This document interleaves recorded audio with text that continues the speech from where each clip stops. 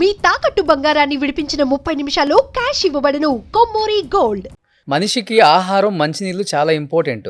అవి లేకుండా 300-400 సంవత్సరాలు మీ గురువులు ఇప్పటికీ బతికుండి తపస్సు చేస్తున్నారు అంటే ఎవరు అన్నారు ఇంత గుళికలు అంటే ఏంటండి, దేని నుంచి తయారు చేస్తారు అవి అంటే అవి వేసుకోవటం వల్ల శక్తి ఏమొస్తుంది, అసలు ఇన్ని సంవత్సరాలు అసలు అన్నం తినకుండా మంచినీళ్ళు తాగకుండా ఎలా ఉండగలుగుతున్నారు? సాధనలో ఉన్నప్పుడు సాధ్యమవుతాయి.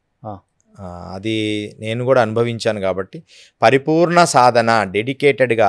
అయితే ఈ సాధన అనేది ఆత్మపరంగా దైవపరంగా విశ్వసిస్తే నిజం.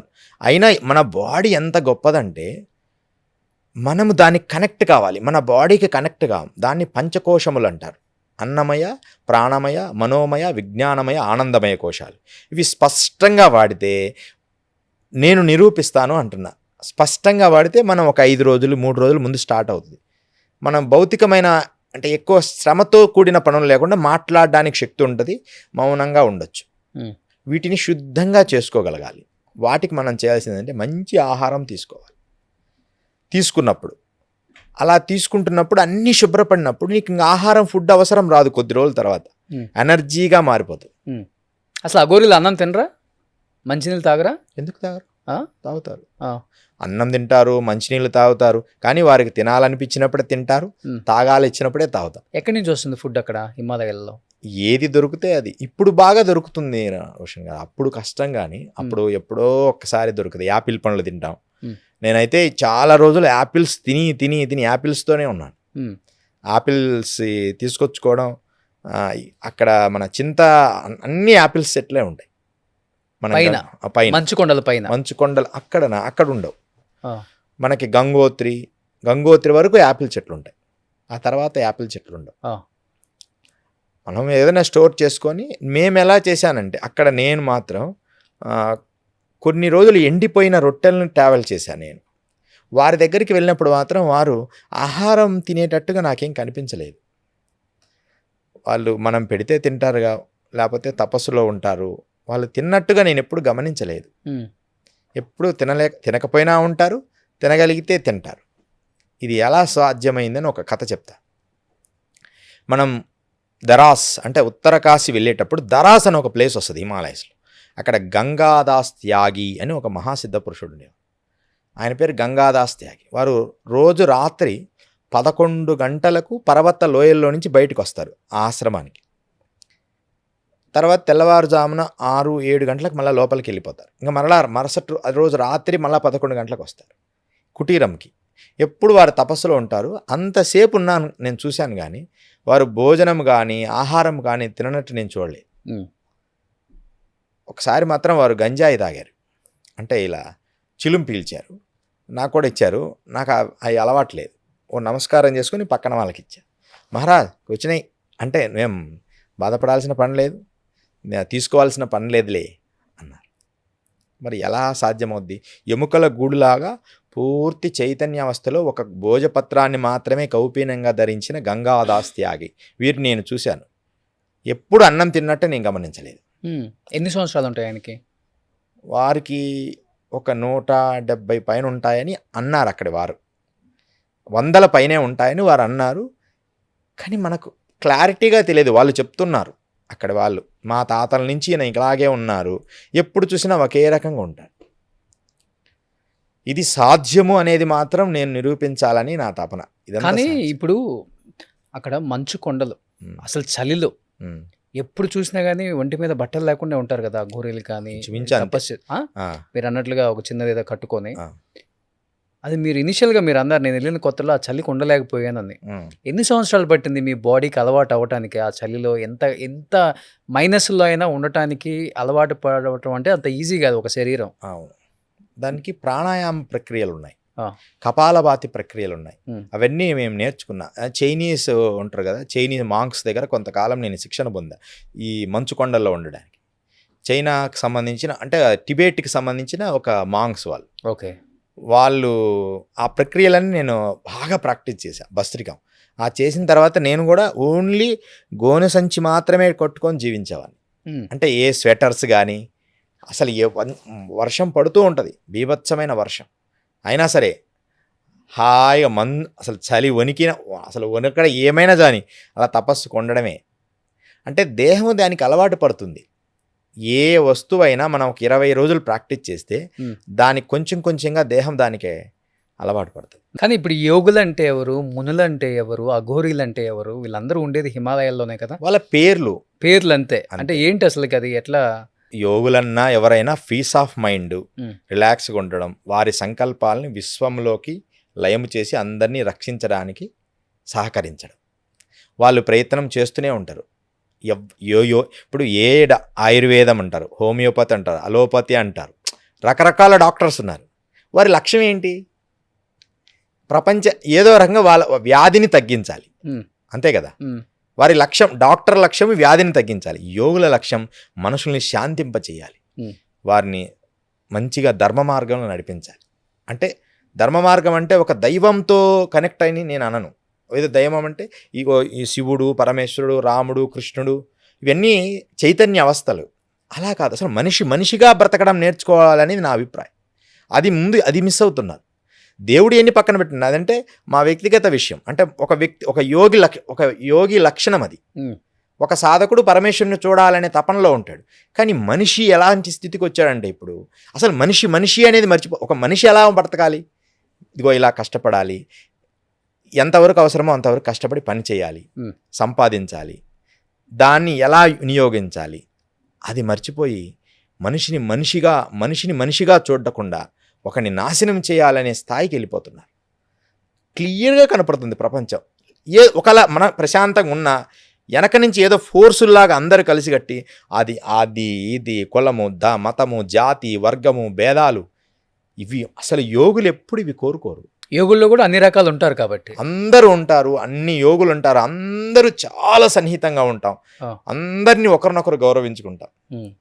ఎంత గౌరవించుకుంటామనేది నా మనస్సాక్షి తెలుసు. ఒకసారి నేను కాళీ యోగిని దర్శించడానికి వెళ్ళాను ఒక దగ్గర.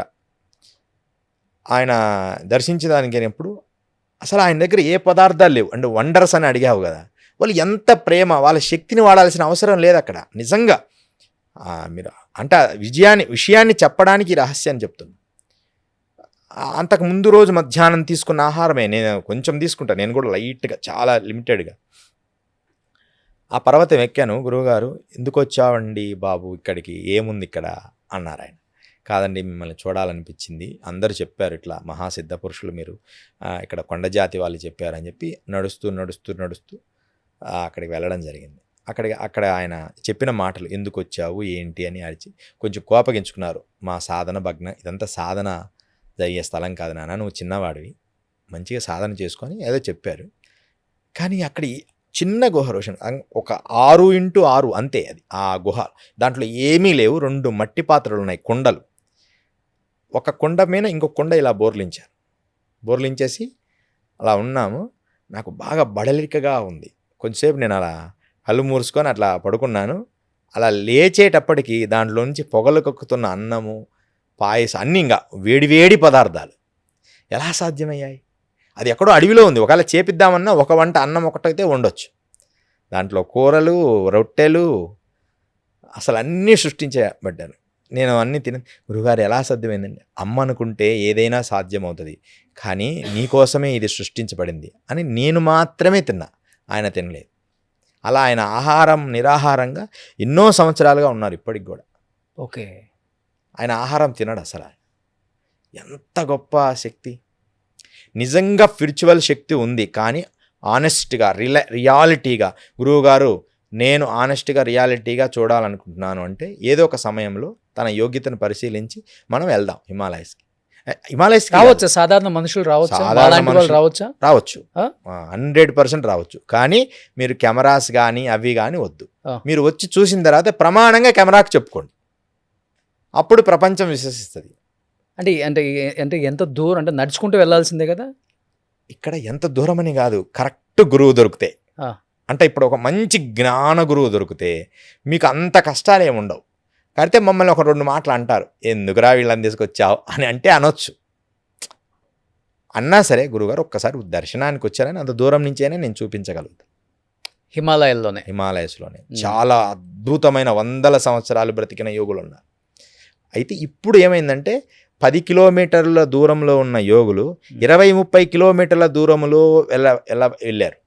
లోపలికి వెళ్ళిపోతున్నారు ఇంకా. వెళ్ళిపోయారు. ఆ, ఇంత అసలు ఫస్ట్ 85లో 90లో యోగులు అలా మనం రోడ్డు ఉత్తరకాశీ నుంచి అలా నడుస్తూ వెళ్తున్నా ఆ పక్కనే అదిగో ఆ కుటీరంలో ఆదియోగి ఉన్నాడు, ఈ కుటీరంలో బర్ఫానీ బాబా ఉన్నారు అని అంత సరళంగా చెప్పుకునేవాళ్ళం. ఇప్పుడు వాళ్ళందరూ లోపలికి వెళ్ళిపోతున్నారు. అంటే మారుతున్న సమాజాన్ని చూడలేక టూరిజం స్పాట్ అయిపోయింది హిమాలయం. ఆ, మీరు మొన్న చూడండి, అన్ని కార్లే. మాకు ఒక కారు ఉంది మేము వెళ్ళిపోతున్నాం, మాకు ఒక కారు ఉంది మేము వెళ్ళిపోతున్నాం అని 100 కార్లు. మీరు పోయిన సంవత్సరం కేదార్ బద్రీలో దర్శనానికి ఎంత లేట్ అయిపోతుందో, ఒక టూరిజం స్పాట్ లాగా అయిపోయింది అలాంటి సమాజం. ఇంకోటి యోగులు, రోషన్ గారు మీకు ఆశ్చర్యము ఏమన్నా అనుకోండి, ఈ ప్రపంచము నేను చూశాను యోగుల గురించి తప్పుగా ఒక విషయము, యోగులని పేరు చెప్పుకొని చేసే పనులు. ఈ మధ్య గంగోత్రిలో మేము చూస్తే, మేము తపస్సు చేసిన గుహల్లో ఇప్పుడు అందరూ కూడా బాబాలు స్వామీజీలు ఉన్నారు. ఓకే, మంచిదే, ఆ గుహలు మీరు తపస్సు చేసుకోవడానికి వాడుకోండి. అంటే అక్కడ గుహలు ప్రత్యేకంగా ఉండవు హిమాలయస్లో. ఒక కొండ పర్వతానికి చిన్న గుంత మట్టి తీసి అది ఒక ప్లేస్ అన్నమాట. రాతి గుహలు కొంచెం తక్కువ ఉంటాయి. అక్కడ హాయిగా తపస్సు చేసుకోకుండా ఈ ఫారినర్స్ను వీళ్ళని ఆకర్షించడానికి ఒక రకమైన స్వామీలు తయారయ్యారు. అక్కడ లోపలికి వెళ్ళిపోయారు వాళ్ళు కూడా. ఫారినర్స్ వీళ్ళందరినీ ఆకర్షించడానికి వాళ్ళని ఆకర్షిస్తున్నారు ఈ విభూదులు రకరకాలుగా పెట్టిన సాధువులు. ఆ, వచ్చి మీరు కాఫీ తాగుతారా, ఫిల్టర్ కాఫీ తాగుతారా అని అడుగుతున్నారు. నేను మౌనంగా చూస్తున్నా. అంటే ఒకరిద్దరు, అందరి గురించి నేను చెప్పడం లేదు. అసలు ఆ స్థలానికి వెళ్ళి తపస్సు చేయడానికి కానీ, వాళ్ళు వచ్చిన వాళ్ళకి నువ్వు ఫిల్టర్ కాఫీలు వేయడానికి కాదు కదా నువ్వు యోగి అనిపించుకునేది. అంటే అలాంటి యోగులు తయారయ్యారు ఈ టెక్నాలజీ రావటం వల్ల. ఉమ్, సెల్ ఫోన్ వచ్చిన తర్వాత చాలా మార్పు జరిగింది. వారి కళ్ళల్లో దివ్య తేజస్సు లేనే లేదు. ఈరోజు రోజు నిత్యం లేచి గాయత్రి మంత్ర అనుష్ఠానం చేసి 1,00,000 జపం చేసి ఎంత నిష్టగా అలా చూడంగానే పద్మాలు వికసించిన దివ్య చైతన్యం, న్యాచురల్ చైతన్యం, ఆర్భాటము హంగులు లేని చైతన్యం ఎంత అద్భుతంగా ఉండేది. ఈరోజు అది లేదు. జస్ట్ యోగిలాగా ఇంగ్లీష్ మాట్లాడతారు, హిందీ మాట్లాడతారు, అదేదో గ్రేట్ అనుకుంటారు ఇంగ్లీష్ మాట్లాడితే. అలాంటి పరిస్థితికి రావడం వల్లే మీరందరూ కూడా నిజమైన యోగుల్ని చూడలేకపోతున్నారు ఈ ప్రపంచం. ఇప్పుడు సాధారణ మనుషులు కొంతమంది ఎవరైనా హిమాలయ పర్వతాల మీదకి రావటం, కొంతమంది యోగుల్ని కానీ అఘోరుల్ని కానీ కలవటానికి ప్రయత్నించడం కానీ జరుగుతూ ఉంటుందా? ఎందుకు జరగదు? జరుగుతుంటాయి. దర్శనం కూడా ఇస్తేనే సాధ్యం అంటుంటారు. దర్శనం కూడా ఇస్తారు, కానీ మీరు ఆయనకు అంత వయసుని ఎలా క్యాలెక్ట్ చేయలేరు కదా. అవును, మనం చేయలేము. బట్ కోప్పడుతుంటారు వాళ్ళు కొంచెం. అస్సలు నిజమైన యోగులు వీళ్ళకు దర్శనం ఇవ్వాలన్నా ముందు ప్లాన్ వేసుకొనే వస్తారు. వారికి ఈ నేత్రాల కంటే 3వ నేత్రం బాగా పనిచేస్తుంది. అంటే ఇలా చూడంగానే ఈ ప్రాంతంలో ఎవరు వస్తున్నారంటే వారిని వీళ్ళు కలవాలనుకుంటేనే ఆ మార్గంలోకి వెళ్ళి వీళ్ళని కలుస్తారు, కానీ మన కోసం రారు కదా. నిజం రోషన్ గారు, ఇప్పుడు మనం ఒక డిసిప్లిన్గా ఒక రూమ్లో కూర్చున్నప్పుడు ఒక వ్యక్తి చిన్న శబ్దం చేసినా మనకు తెలుస్తుంది. అట్లనే ఒక యోగి నిర్మానుష్యంగా డీప్ మెడిటేషన్ చేసినప్పుడు ఎంత దూరాన్నైనా తన సంకల్ప శక్తితో గుర్తిస్తాడు. సహజ సిద్ధంగా తెలిసిపోతుంది, ఎవరో వస్తున్నారు ఈ మార్గంలో. మనం ఇంట్లో అలా కూర్చున్నప్పుడు ఆ కళ్ళు మూసుకొని ఎవరన్నా అలా కొత్త వాళ్ళు వస్తే అలా కొంచెం ఎవరో వచ్చినట్టుంది అనిపిస్తుంది. శబ్దం కొంచెంగా తగిలినా కూడా మనకు తెలుస్తుంది. అలాగే అంత డీప్ మెడిటేషన్లో ఉన్నప్పుడు చిన్న శబ్దం కూడా వాళ్ళకి పెద్ద శబ్దంలా వినపడుతుంది. ఒక్కోసారి చాలా డేంజర్. అందుకనే యోగుల దగ్గర శబ్దాలు ఎక్కువ చేయకూడదు. బాగా డీప్గా, ఎంతో డీప్గా ఉన్న వాళ్ళ దగ్గర చిన్న అట్లా అనంటే కూడా వాళ్ళకు భయంకరమైన శబ్దం వస్తుంది. ఓకే, అంత డీప్ ఉంటుంది. ఫ్యాన్ శబ్దం కూడా పడదు.